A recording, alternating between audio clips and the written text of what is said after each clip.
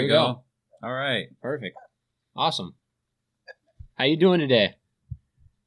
Doing just fine. How are you guys? Good. We're doing great. We're happy to be talking to you, and we really appreciate the time you're giving us today. So thank you. It's not a problem. Sorry about the setting that we have set up here, but when you're in a hotel room, it's not you have a whole lot of choices. It's better than my kitchenette area. Yeah, so, as you can see, we're doing the same thing, So that's all right. Mr. Bohn, thanks for being with us so early this morning. I know it's like 9 a.m. over there, and you're in Oregon, right? I am right now. I'm in Lebanon, Oregon. We bowled a PBA 50/60 event here this weekend, and everybody had a great time. It's an awesome event, and the host proprietor here, Gary, he does an unbelievable job, and Larry Jordan is actually a member of our regional staff here on the Brunswick side of things, and he does an unbelievable job organizing and setting everything up. So hats off to everybody here in what I call a small town USA. It's awesome. Makes sense for the small market podcast. Just so you know, I didn't introduce myself. I'm AJ. I'm AJ Hoffman. I'm the guy that you spoke to on the phone earlier. Was it last week? I think it was. And this is my co-host, Andy Witucki. So, how you doing? Yeah. So if you need to direct answers or questions or whatever to either one of us, I'm AJ. That's Andy. Okay, Andy. Well, that's cool. But now I got to ask you guys a question here. Where are you located at? Midland, Michigan is where we're recording from. I live in Bay City, about a half hour away. So we're up by where we used to bowl the tour stop up there. Exactly. Yeah. Yep. Exactly. Yeah. It's I think that's where I met you the first time was in Bay City. I was just a kiddo, but yeah, and that was a little while ago. Yeah, they haven't had it for a while. But yeah, we're recording in Midland, Michigan. Home of Dow Chemical. If you've heard of them or you're aware of them or whatever. So yeah, so we'll get into this a little bit. It's kind of cool to be talking to a guy who's a figurehead of the sport. But I mean, you're a cultural figure as far as bowling goes. You've been in video games, you've made cameos in movies, all that stuff. So it's pretty neat. But kind of on that same note, I'm going to jump right into this, and you feel free to stop me. But we kind of talked a little bit about it on the phone. To me, I feel like in the sport of bowling, there's kind of a lack of ambassadorship for the sport or for the league. You got your big name guys like Walter Ray, yourself, Pete Weber, and you talked to me a little bit about kind of being lumped in with those guys or being associated with those guys. You're a PBA Hall of Famer, but probably the common person on the street doesn't know who you are or Walter Ray or any of these guys. Maybe Jason Del Monte, they might know. But yeah, so do you want to speak on that just a little bit? Well, it's just the way that it formulates. I mean, when you look at the way that the cookie crumbles, so to speak, and let's just use money because money derives everything in our world, okay? When you turn on the news, you will certainly hear, and I'm going to date myself just a little bit here, but you're going to hear about Derek Jeter signing a $120 million contract with the Yankees. Sure. Okay? You can certainly hear of Tiger Woods sinking the putt for a $10 million threshold there in the PGA Tour of Golf. But you're not going to hear very often of, and let's use Jason Belmonte or Walter A. Williams or Pete Weber, you're not going to hear of those guys winning the major championship for $50,000. Right, okay? right. $50,000, although it could be life-changing for some people, it certainly is not life-changing in the world that we know it today. But when somebody acquires millions of dollars, now millions of dollars is certainly life-changing for the majority of household thresholds that we all know about. Absolutely. Now, Parker, I would argue, though, that it may not so much be about the money to the casual fan as opposed to, like on Sundays, after football is done and you're watching on ESPN or Fox or wherever the bowling's at, you only see a handful of professional bowlers, but you don't see them consistently. It's not always the same guy. Is the PBA waiting for a guy to come along that is just so dominant, like a Tiger Woods was for golf, where he's there every Sunday and you just see him repeatedly to really build that name for himself and kind of be the ambassador of the brand?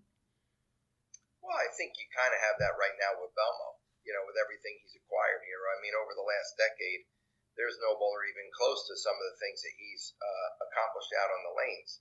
And when I look at that, I think that he can still do, or he does, his part. But at the end of the day, and I know when I was there, fortunately, at one time, we can't be everywhere, and no matter how good he bowls or participates out on the lanes, the luck factor in match play could have him bowling the wrong guy at the wrong time. And unfortunately, he may be eliminated from an event, and you sit there and turn on a TV show and you're looking for this guy Belmo that everybody keeps talking about, and he's not there. Right. Yeah, that's just kind of one of the things. I mean, there's so many bowlers, and if there's only 4 TV spots for that Sunday, like you said, if somebody catches a bad draw, and then you're not going to see him consistently, And it's kind of just one of the natures of sport, maybe. It is, but, I look at some of the fragmentation that's gone on within our sport over the last 10 or 15 years. Let me go back. I'm going to date myself back to ABC Sports. ABC Sports, that's one of the major 3 or /4 networks that's out there. And the amount of people that would tune in to the ABC Wide World of Sports or the Professional Bowlers Tour was virtually insurmountable. And through the years, you had new television stations coming on and new TV escapades that were being launched out there, including ESPN, which we know kept growing and growing and growing. But it's still a strictly cable network that not enough households, especially the older folks, really get or tune into. It's amazing to me how many people still today will come up to me and say, I remember when bowling was on ABC at 3 o'clock on Saturday afternoon. Well, politely, that was almost 25 years ago, folks. We are well past that. And they don't even talk about ESPN. But now I'm going to look what's going on here over the last year. Fox has done an unbelievable job with the Professional Bowlers Tour. I mean, whether you're on regular Fox TV or FS1, and then the endless amount of replays they're showing. I mean, the guys that are out there on TV right now, and I'm going to use ballpark somewhere between 15 or 20 guys are your main names. Those guys are getting out there quite a bit, and they're being shown or aired again and again and again, and that's awesome. Yeah, the repetition is really important to really kind of get people to remember the names and faces. Yes. All right. Parker, I wanted to ask you this to kind of set up what we're going to talk about a little bit later as far as like the politics of the PBA and stuff, if you don't mind getting into that. But I want to talk about what you're doing right now with the junior goals, the junior championships. Can you just kind of explain what's going on there right now and your role in it? It was actually, I don't know if you want to say all the stars were aligned to be in the right place at the right time. Unfortunately, I have not been part of the PBA Tour here recently. Well, nobody has for the most part, except for the top 8 or 10 players that got invited to these special events, and I totally respect that. But then we were undecided whether we were going to have our junior event. We have an annual Parker Bohn III Scholarship Tournament every single year, and kudos to my wife because it's mainly her that runs everything behind the scenes. It's just my name. But we have a fine line of staff behind us that really chips in, and they're all in to try to make our event as best as it possibly could be. But we had a meeting basically a month before our tournament that we were supposed to hold, and we have it every year at Labor Day. And everybody was on board and said, we got to try to make this go on, even though the COVID-19 is out there and a lot of other junior events were canceled, mainly junior gold. But there were still some events going on, and probably the biggest one for kids was Teen Masters. But we took a little bit from there. We took a little bit from some of the SYC events that we watched that were still ongoing in certain areas of the country, and we tried to adopt it into our event, and we made it work. Well, after we announced our event, we found out that the same exact time frame, there were 4 different PBA junior regionals going on around different areas of the country. and they were going to qualify 2 boys and 2 girls respectively that were going to qualify for the PBA Junior National event. Well, about a week after we announced our event, the PBA got in touch with me and asked about the possibility of making us the 5th event in the Northeast, which was really awesome. Wow. Because there's so many people in the Northeast back there. We're kind of quarantined if we go to a bunch of other states. So when we announced that one there, or got on board and made the agreement that could all work for everybody, it was amazing how many kids certainly jumped on board and wanted to be a part of it at that point. Absolutely. Yeah. Very, very cool. Now, you kind of mentioned that there are some politics, and just to kind of give our audience a little bit of a note, you and I spoke you were kind enough to talk to me for about an hour last week. So you gave me some kind of footnotes, but you mentioned there was some politics going on in the PBA, and this might be a slight on their part, or maybe it's just, I don't know, an oversight, just them being kind of unaware of it, but their tournament or one of their events was kind of overlapping the junior championships, you said, and that was this weekend or this past weekend. Well, no, their event. What happened is we always have ours on the Labor Day weekend, our tournament, and the PBA put out their 4 events in strategic areas of the country, the same exact time frame, but thankfully so, and I'm going to look at myself, and maybe it was done out of respect for me and our event. We did not have, or they did not have one in the Northeast. Well, by not having one in the Northeast, that left those bowlers or those juniors kind of out there a little bit. But they wanted to still do that, and thankfully so, they respected not just myself, but everybody associated with our tournament, and allowed or wanted to make these kids eligible so that we could actually send 4 more participants to their big event. So it really worked out great all the way around, and more importantly, it was great for the juniors that participated. Sure, yeah. Now, I kind of had this idea, and you tell me, you poke holes in it, but your season, the PBA season kind of goes indefinitely. It starts in January and then goes the entire year. What if they did some sort of thing, and far be it for you or I to try to restructure how the PBA does things, but just kind of getting back to like ambassadorship and stuff. What if they split up, and money too? Because I feel bad about you guys. I think a lot of bowlers you guys are kind of self-contracted. You aren't consistently paid by the league or anything like that. You depend on making the cut and making TV per city. What if they split up the season in like 4 or 5 tour stops, and said, okay, these 60 guys are going to be on the tour for the next 4 months. And so those 60 guys or 75 guys or however you want to structure it, and they're guaranteed money. Even if they're last place, they're gonna, like, the worst guy is gonna get $1,000 per city or something like that. I mean, I just kind of feel bad, like, in every other major sport, hockey, baseball, whatever, we're in Michigan, so we've got a lot of bad sports teams, like with Detroit. As terrible as those Pistons can be, they still all get paid, Jacoby Jones can be terrible for the Tigers, but he still gets paid. What do you think about that? Is there some kind of way the league can kind of restructure and make sure that all of its bowlers are taken care of? Well, the PBA did have that mindset a number of years ago, if you remember, and maybe you were a little bit young for that, okay, but we did have the all-exempt tour for a number of years. 64 players were out there on the tour, and it was only 64 players that went out.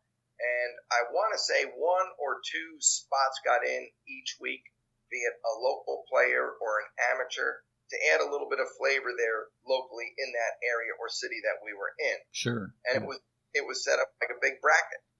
You'd go out there and you'd bowl, and it was the best of 7. Well, the one thing that happened then that you kind of couldn't understand is when you're bowling the best of a 7-game match, and I'm going to use Walter Ray because I think Walter Ray was number one at that time for a number of weeks. It was not a shoo-in guarantee that he was going to win the best of a 7-game match every single week. And certain weeks, by all means, Walter Ray would run over the opponent. Mm-hmm. But there were those weeks that, unfortunately, after a couple of games, Walter Ray was out of the tournament sitting on the sidelines. Right. So we kind of had that, let me say, tennis format, if you want to say, the way that it went. But it didn't mean that Walter Ray was going to make it to the TV show at that point. Now, right behind that, or equivalent, was where do you make that cutoff at? And I can look at your number of 60 there. We all looked at it the same way and go, well, it's great that it's 64, and don't get me wrong, it was basically 50, and 10 or 12 guys earned a spot on the non-exempt side. They had a special event for them to earn an exemption into being part of that elite 64-man field. Okay? And each year, if you use the number of 40 or 50, and I don't remember what those numbers were exactly, that top 40 on that point list would advance to the following season, and then obviously other guys had a chance to regain berth. But when you make that cutoff at 60, or we believe that maybe 80 was the right cutoff, that would be great. But how many centers can actually fit that format where we're all on the lanes at the same time in the real world to try to make it as fair as possible? So you're going to have to cut somebody, and when you do that, that means somebody is the last guy in, and unfortunately somebody is the last guy out. I got to be honest, guys. I don't want to be the guy that has to make that determination as to what number gets cut and not. Right. No, my thought was just making sure everybody gets compensated. I was watching. Forgive me for making this like the source material, but the League of Ordinary Gentlemen. It's a pretty good documentary on you guys, and some of those guys. Oh, there's one guy on there who kind of had a bit of a gambling problem, and he didn't make the cut in Las Vegas, so now he's got to pay for his own food, his own lodging, all this stuff. And then he was afraid, well, if I'm not still working or not playing, I know what I'm going to resort to. I'm going to go and I'm going to gamble here in Nevada, and then I'm going to be even deeper in the hole, because I didn't make the show or I didn't make the tournament. So I was just kind of like feeling bad for a guy like that. And I know he's got his own problems, but I feel like there's guys all over who are trying to make the cut and don't, and then they end up just, if there's kind of a guaranteed thing, like you split up the indefinite season into like 4 mini seasons or something, then you'd ensure that 60 guys are going to get taken care of, Well, those 60 guys, when we had the all-exempt tour, everybody was guaranteed a check. Okay. We were guaranteed, and once again, that number, I don't know if you were guaranteed $1,000 or $2,000. Okay, there were 20 weeks out there, so virtually, if you look at it, last man standing, if he was last every single week, he walked away with somewhere between $35,000 and $40,000 in actual earnings.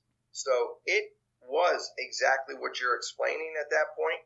Okay. But the problem, you didn't have enough new guys that had an opportunity to get in. I mean, let's face it, guys. If you take and allow 10 or 12 new players to come into that exempt tour, there are 500 different individuals every year that have an opportunity or realistically could earn that opportunity. And you want to be one of 10 or 12 out of a group of 500, that's a tough number to swallow. Right, yeah. I got a question for you. So with the TV money, how does that, do the players get to see the TV money? Does it get distributed amongst the people that are on TV? Does everybody get a piece of that, or does the PBA just keep that for themselves for operating costs? I mean, I know you probably can't get into the specifics, but just an idea how that works for the bowlers. Yeah, I don't know the exact formulation behind it, but all the TV monies that come in go into the PBA office, and then they are distributed between trying to run the personnel and or distributed into the prize funds accordingly throughout the weeks that we bowl out on tour. Okay? And everyone has its own little different merit behind it. I've never been the guy that's known the inner works behind the scenes on how that works, but all of the players that bowl on tour have an opportunity to share into that money, mainly by performing when you're supposed to. Right. And the guy that performs the best typically wins the tournament, or at least he's bowling for the title at that point, and he's going to grab a little bit more, for obvious reasons, of the lion's share that's available that week. It's fair enough, merit-based. Right, absolutely. Using that movie as kind of source material again, and this movie is probably about 10 or 15 years old already, but I just found it really interesting that they were kind of having a team meeting with you and all the bowlers, personnel and everything, and the commissioner was kind of saying, look, our ratings are better than the NHL's ratings, but they get a ton more money for a 30-second commercial than we do during a commercial break. That's a huge discrepancy. You're talking about you guys going up against another major sport, like one of the major four. How do you explain that? Well, let's talk about the NHL. Okay, and the hockey buff, so I don't know tremendous about hockey, but you have roughly 20 different teams, and maybe it's 30 different teams around the country, including Canada. So those cities that market their teams also have venues that have anywhere between minimum 10, if not up to 20 or 25,000 fans that can come in and watch a particular game. And then you have outside entities, meaning outside teams that are coming to their venue. Whether you like them or hate them, you still have a pretty big product that you're putting out there and a lot of TV exposure throughout the country with all these different games that are going on all over the place. We are the Professional Bowlers Association. We're all individual players. And I'm going to compare us best to golf or tennis because they're not team events. They're individual sports. But look at the amount of money that those two sports warrant. And when you look at the amount that they're warranting, probably they're getting that because of either major corporate sponsors behind the scenes and or corporate sponsors that are coming on board being part of their network. So you can't really compare us, I don't feel, equally into some of the major sports like baseball, basketball, football, because they are big teams where at the end of the day we are an individual entity outside of the PBA league that just took place just a couple of weeks ago, which, by the way, as sad as it saddens me not to be a part of it this year, it's still an awesome way to watch bowling. Sure, absolutely. So this is kind of off that subject completely.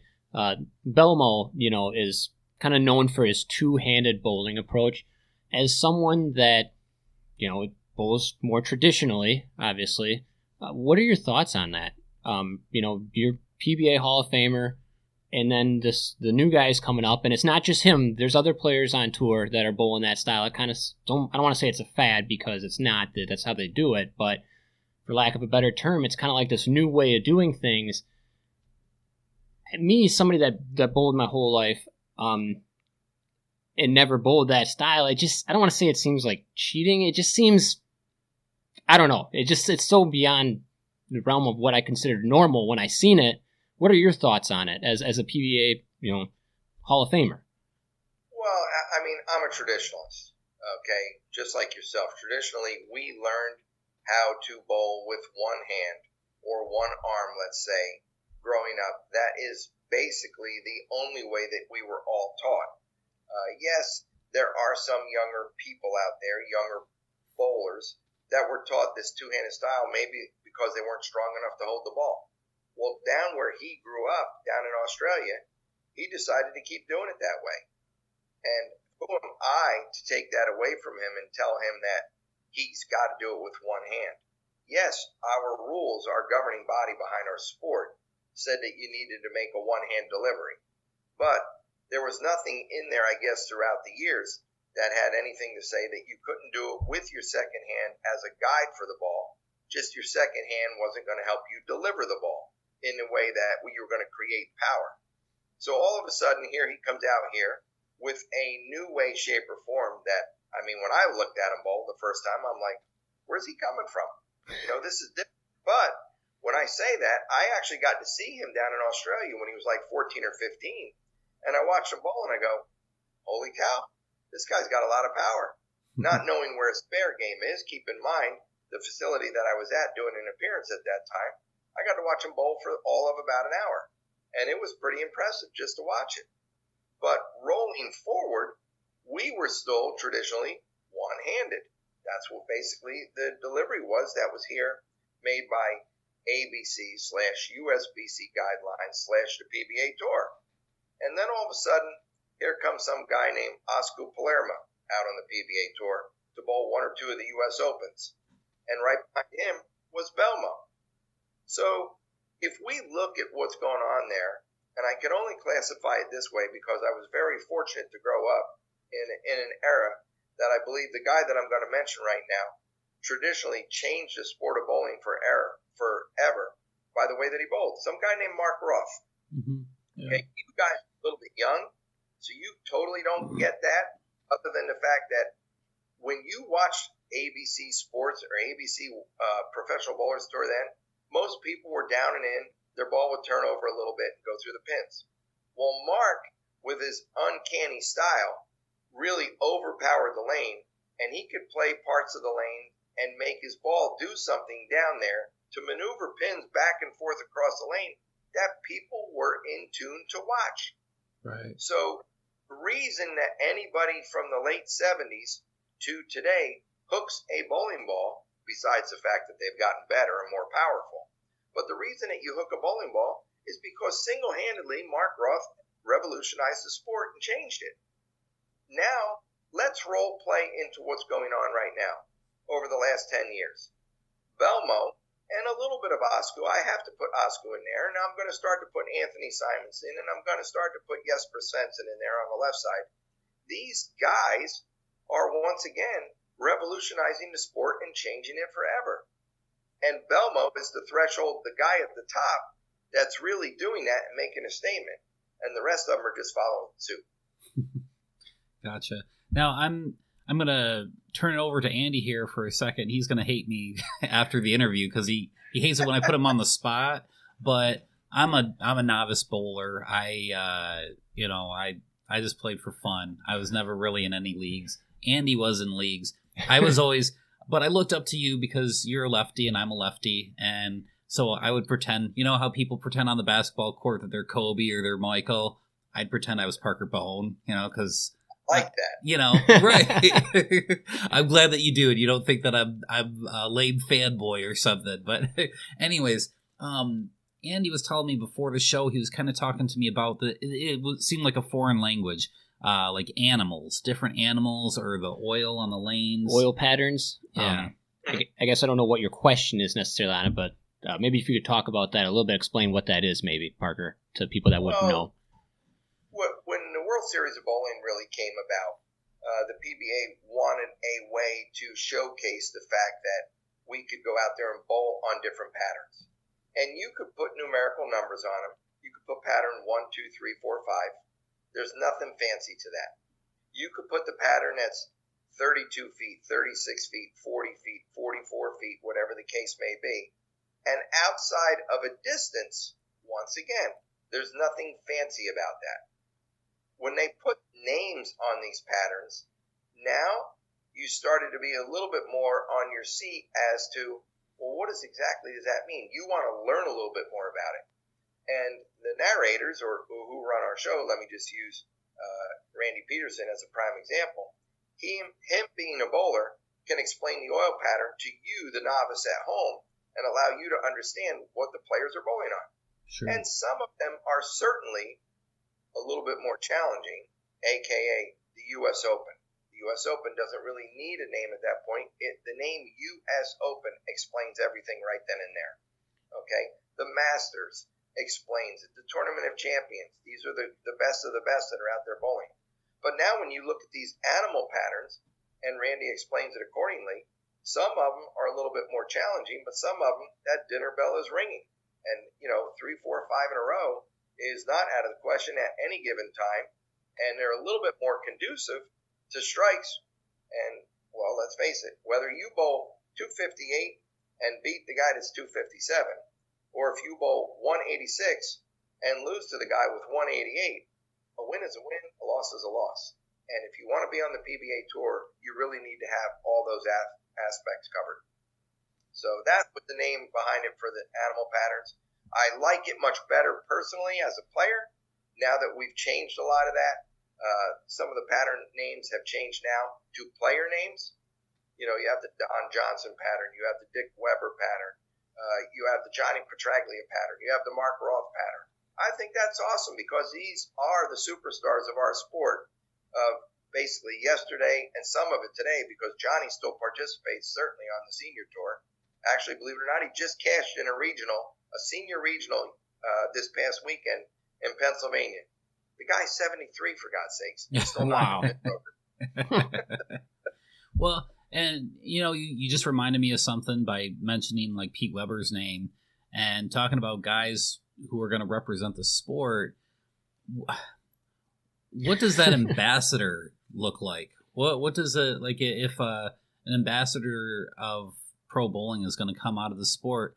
There's very different like personality profiles. Do you want them to look kind of vanilla like Walter Ray, or are you comfortable with a guy like Pete Weber who's doing crotch chops and things like that? Are you cool with being the face of your sport? What are your thoughts on that?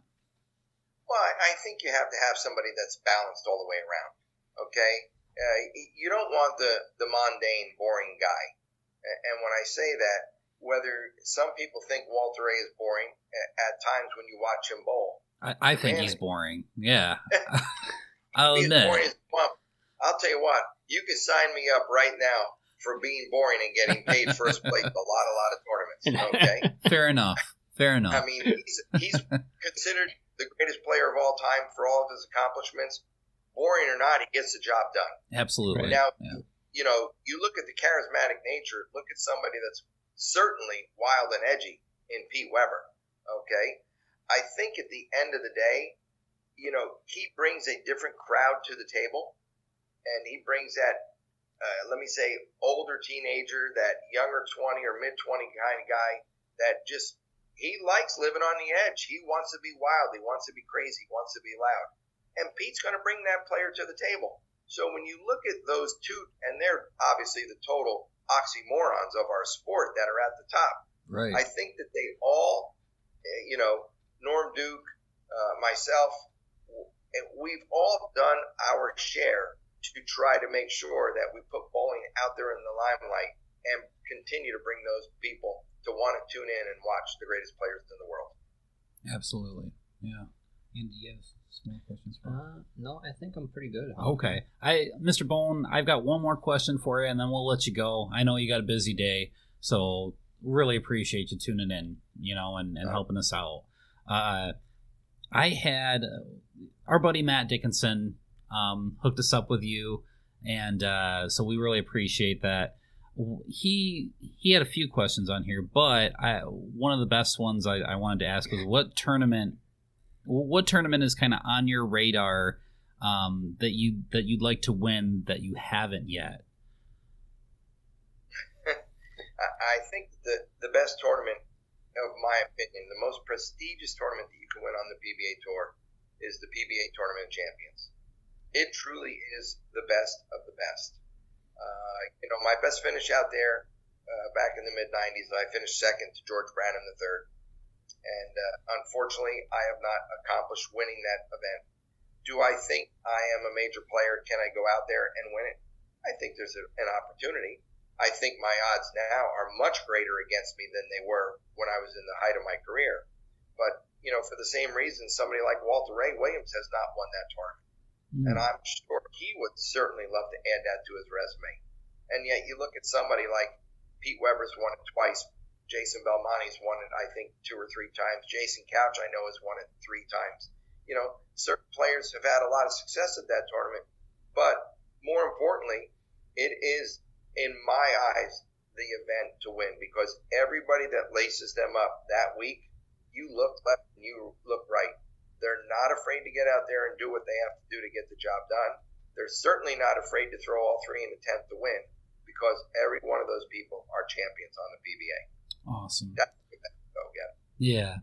All right. Last thing, would you mind giving a shout out to Matt Dickinson real quick? He would really appreciate it. I don't know where you're at right now, my man, but thanks for connecting this and make it all happen. It's really been truly awesome. I've enjoyed both of these guys right here.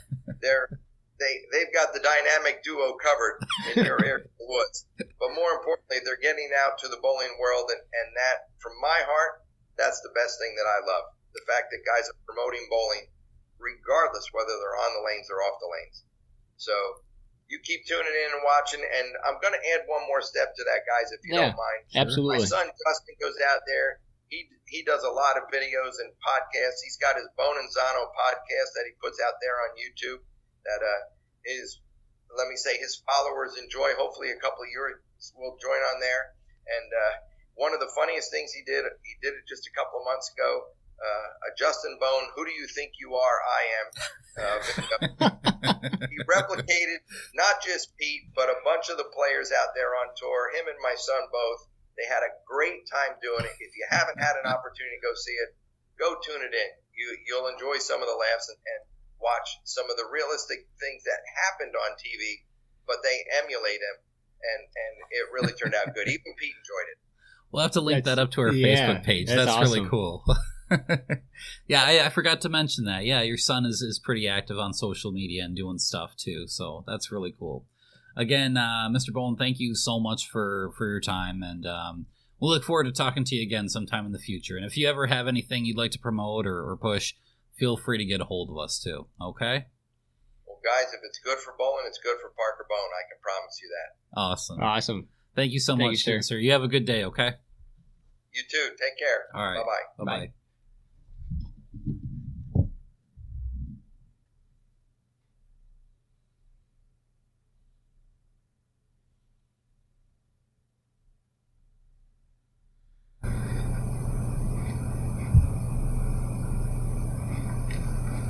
We're off the line. Checking.